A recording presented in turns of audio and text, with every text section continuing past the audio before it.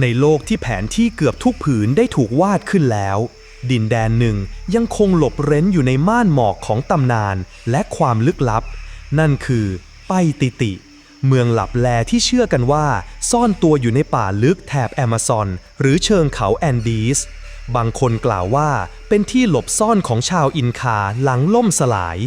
บางตำนานกล่าวว่ามีขุมทรัพย์มหาศาลที่ถูกฝังไว้โดยจักรพรรดิอินคาแต่สิ่งที่น่าสนใจที่สุดคือเมืองนี้ไม่เคยถูกพบอย่างเป็นทางการแม้มีนักสำรวจผู้เชี่ยวชาญและผู้บ้าระห่ำมากมายพยายามเข้าถึงแต่กลับไม่มีผู้ใดสามารถยืนยันการมีอยู่ของมันได้อย่างแท้จริงตำนานไปติติไม่ได้เป็นเพียงเรื่องเล่าในหมู่ชนเผ่าท้องถิ่นเท่านั้นแต่ยังแฝงตัวอยู่ในเอกสารทางประวัติศาสตร์จากยุคล่าอาณานิคมบันทึกมิชชันนารีที่พลีชีพในป่าแผนที่ที่ระบุชื่อเมืองแห่งทองคำลึกลับและแม้แต่เสียงกระซิบจากชนพื้นเมืองที่ไม่มีใครรู้ว่าจริงหรือหลอกนักสำรวจบางรายสาบานว่าเห็นปราสาทกลางป่าบางกล่าวว่าพบเส้นทางหินที่นำไปสู่เมืองที่ปกปิดด้วยธรรมชาติบางถึงกับยอมเสียชีวิตเพื่อค้นหาเพียงคำตอบเดียวไปติติมีอยู่จริงหรือไม่แรงดึงดูดของตำนานนี้อยู่ที่การผสมผสานระหว่างความหวังความลึกลับและความเสี่ยงความหวังที่จะค้นพบบางสิ่งที่เปลี่ยนโลกได้ความลึกลับของเรื่องราวที่สืบทอดกันมายังไม่มีที่สิ้นสุดและความเสี่ยงที่มาพร้อมกับการเดินทางเข้าไปในดินแดนที่ยังไม่มีชื่อในแผนที่สมัยใหม่ตำนานของไปติตินั้นมีหลายเวอร์ชั่นบางกล่าวว่าชาวอินคาหลบหนีการรุกรานของสเปนแล้วหนีเข้าป่าลึกเพื่อนำทองคำและศิลปวัตถุล้ำค่าไปซ่อนบางกล่าวว่าไปติติเป็นเมืองศักดิ์สิทธิ์ที่มีอยู่ก่อนอินคาจะรุ่งเรืองและเป็นศูนย์กลางทางจิตวิญญาณของชาวแอนดีสความน่าสนใจคือเรื่องเล่านี้ปรากฏในหลายแหล่งไม่ว่าจะเป็นบันทึกของนักบวชชาวสเปนเช่นควานอัลวาเรสมัลโดนาโดหรือในคำบอกเล่าของชาวพื้นเมืองมาชิเกวนกาอาชานินกาและพีโรจากการวิเคราะห์ของเวราทิวเลเนวาไปติติไม่ใช่แค่ตำนานเอลโดราโดอีกเรื่องหนึ่งแต่มีฐานะทางวัฒนธรรมและภูมิศาสตร์ที่สามารถติดตามได้เวราได้ใช้วิธีการทางประวัติศาสตร์ภูมิศาสตร์ศึกษาแผนที่ยุคโบราณร่องรอยทางโบราณคดีและการเปลี่ยนแปลงทางวัฒนธรรมในพื้นที่แอมะซอนแอนดีสตอนล่างจนสามารถระบุได้ว่าไปติติอาจมีที่ตั้งจริงในเขตยานอสเดโมโฮสของโบลิเวียหรือบริเวณเมเซตาเดปันติยาโคลาของเปรูนอกจากนี้คาร์ลอสนิวชันวันเดอร์ยังได้เสนอแนวคิดที่ท้าทายว่าไปติติอาจเป็นศูนย์กลางดั้งเดิมของอารยธรรมอินคาก่อนจะขยายขึ้นสู่ยอดเขาเขาเชื่อว่าแนวคิดที่อารยธรรมต้องเริ่มจากภูเขาเป็นเพียงมโนทัศน์ตะวันตกที่มองข้ามการมีอยู่ของศูนย์วัฒนธรรมในป่าลึกและพื้นที่ราบต่ำซึ่งอาจเชื่อมโยงกันด้วยเส้นทางการค้าโบราณในอีกด้านหนึ่งของนักสำรวจบางกลุ่มได้เสนอแนวคิดเส้นทางการค้าที่เชื่อมต่อไปติติกับมหาสมุทรแอตแลนติกโดยอิงจากหลักฐานทางโบราณคดีเช่นการพบวัตถุคล้ายอียิปต์หรือฟินิเซียในแถบอเมริกาใต้ทำให้เกิดคำถามว่าไปติติอาจเป็นจุดศูนย์กลางของเครือข่ายการติดต่อข้ามทวีปมาก่อนยุคโคลัมบัสหรือไม่มีหลายสิ่งที่ดำมืดเกี่ยวกับไปติติที่ซ่อนอยู่ภายใต้ชื่อเสียงของตำนานและการเมืองยุคล่าอาณานิคมในยุคนั้นการพูดถึงเมืองทองคำมักเป็นกลยุทธ์เพื่อขอทุนจากรัฐบาลหรือโบสถ์เช่นในบันทึกของนักบวชที่พยายามโน้มน้าวว่าวิญญาณของชนพื้นเมืองจะได้รับการช่วยเหลือหากสามารถเข้าถึงเมืองศักดิ์สิทธิ์ได้ซึ่งเป็นการใช้อำนาจของตำนานเพื่อผลประโยชน์ทางศาสนาและเศรษฐกิจคำว่าไปติติเองก็มีความหมายหลายระดับทั้งในฐานะชื่อสถานที่ชื่อบุคคลและสัญลักษณ์ของความมั่งคั่งเวราทิวเลเนวาวิเคราะห์ว่าหลายครั้งชื่อเมืองในตำนานถูกสร้างขึ้นมาใหม่จากการผสมคำหรือคำพ้องเสียงของภาษาท้องถิ่นเพื่อรองรับความต้องการของรัฐที่น่าสนใจคือเรื่องเล่าของผู้คนที่อ้างว่าเคยเห็นไปติติ เช่นแองเจลิโน บอร์ดาที่กล่าวว่าเคยถูกพาเข้าไปในเมืองศักดิ์สิทธิ์โดยชนเผ่ามาชิเคงกาบันทึกนี้ตรงกับสิ่งที่นิวแอนชวาเดอร์พบในการสำรวจเช่นแหล่งน้ำเล็กสุสานและเส้นทางหินที่อาจเป็นหลักฐานยืนยันว่าพื้นที่เหล่านั้นเคยมีการตั้งถิ่นฐานจริงในเชิงวิทยาศาสตร์แนวคิดจากนักสำรวจจริงที่ลงพื้นที่กล่าวถึงการพบสารนิโคตินและโคเคนในมัมมี่อียิปต์ซึ่งอาจบ่งชี้ถึงการแลกเปลี่ยนวัตถุดิบระหว่างโลกเก่าและโลกใหม่ผ่านเส้นทางที่ยังไม่ถูกบันทึกซึ่งเป็นข้อสันนิษฐานที่สร้างมิติใหม่ให้กับบทบาทของไปติติในฐานะศูนย์กลางการค้าข้ามทวีป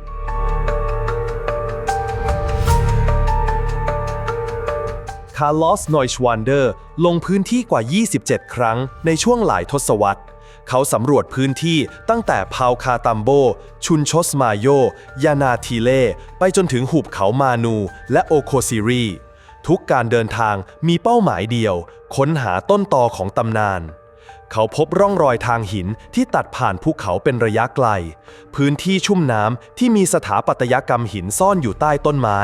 และแม้แต่โครงสร้างที่อาจเคยเป็นวิหารเล็กๆที่จมอยู่ในโคลนของป่า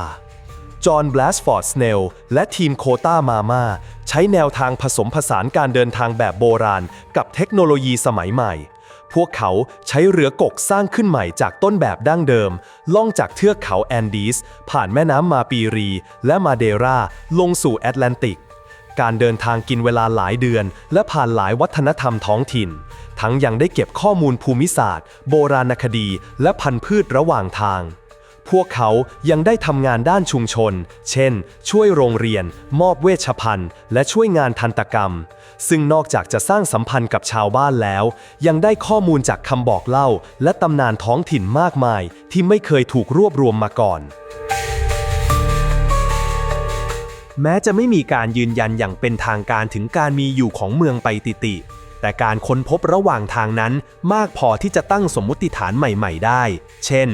การพบเส้นทางหินที่ไม่สามารถอธิบายได้ด้วยปรากฏการณ์ธรรมชาติรูปแบบการเรียงตัวของหินที่สะท้อนแนวคิดทางสถาปัตยกรรมของอินคาและการพบเศษเครื่องปั้นดินเผาที่ไม่ตรงกับวัฒนธรรมพื้นเมืองที่รู้จักที่เมเซตาเดปันเตียโคลาคาร์ลอสเชื่อว่าเขาพบสิ่งที่ใกล้เคียงกับคำบรรยายของเมืองในตำนานมากที่สุดบริเวณนี้มีลักษณะคล้ายแอ่งภูเขาไฟที่ล้อมรอบด้วยเทือกเขาเล็กๆมีระบบน้ำไหลซับซ้อนและไม่มีชุมชนสมัยใหม่อาศัยอยู่พื้นที่ดังกล่าวยังไม่ถูกสำรวจทางโบราณคดีอย่างเป็นระบบนักโบราณคดีในทีมโคต้ามาม่าพบสิ่งก่อสร้างที่ฝังอยู่ใต้ตะกอนดินหนาทึบซึ่งมีลักษณะคล้ายฐานสิ่งปลูกสร้างมีบันไดและทางลาดหินพวกเขาตั้งสมมุติฐานว่าหากไปติติมีอยู่จริงก็อาจเป็นเครือข่ายของชุมชนป่าที่เชื่อมกันด้วยเส้นทางหินและแม่น้ำไม่ใช่เมืองเดียวแบบที่เราเข้าใจจากนิยายหรือแผนที่แฟนตาซี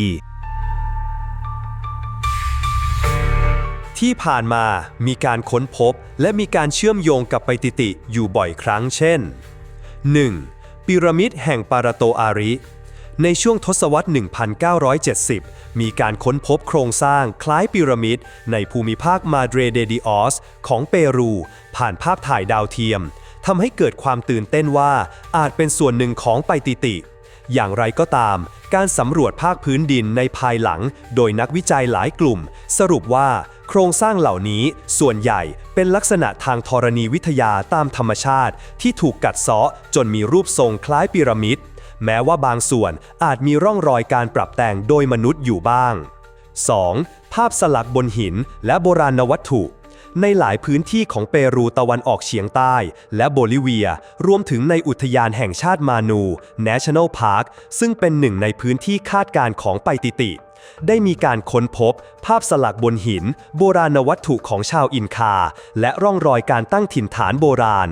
สิ่งเหล่านี้บ่งชี้ถึงการขยายตัวของอารยธรรมอินคาเข้ามาในเขตป่าฝนแอมะซอนและอาจเป็นเครือข่ายที่เชื่อมโยงไปยังไปติติหากมีอยู่จริง 3. การสำรวจล่าสุดของเทียรี่จาแมง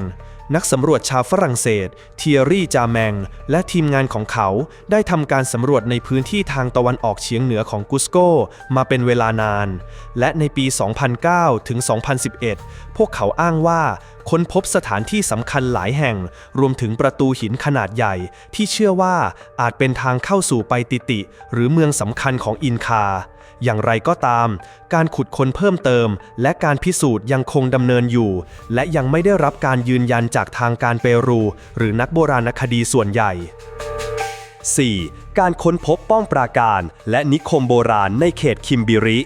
ในช่วงไม่กี่ปีที่ผ่านมามีรายงานการค้นพบซากปรักหักพังและป้อมปราการของชาวอินคาในเขตคิมบิริ ซึ่งเป็นส่วนหนึ่งของภูมิภาค VRAM หรือ Valley of the Apurimac, Ene and Mantaro Rivers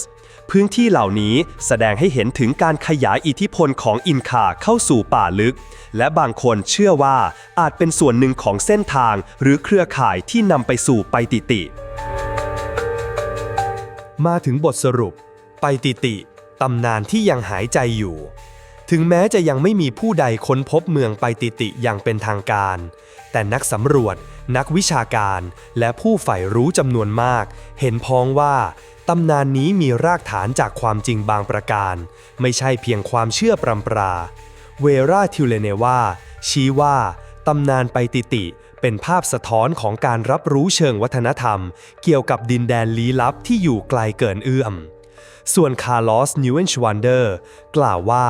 ความงามของตำนานนี้คือการที่มันผลักดันให้มนุษย์กล้าคิดกล้าสงสัยและกล้าออกเดินทางจอห์น บลัชฟอร์ด สเนลเห็นว่าแม้จะไม่ได้ค้นพบเมืองที่ซ่อนทองคำแต่สิ่งที่เขาและทีมสำรวจได้รับคือบทเรียนจากธรรมชาติวัฒนธรรมและจิตวิญญาณของผู้คนที่อาศัยอยู่ในดินแดนนี้มานับพันปีไปติติจึงไม่ได้มีอยู่เพียงในแผนที่หรือในตำนานหากแต่มีอยู่ในจิตใจของมนุษย์ผู้ซึ่งไม่หยุดใฝ่หาความจริงความงามและความหมายของประวัติศาสตร์ที่ยังรอการเปิดเผย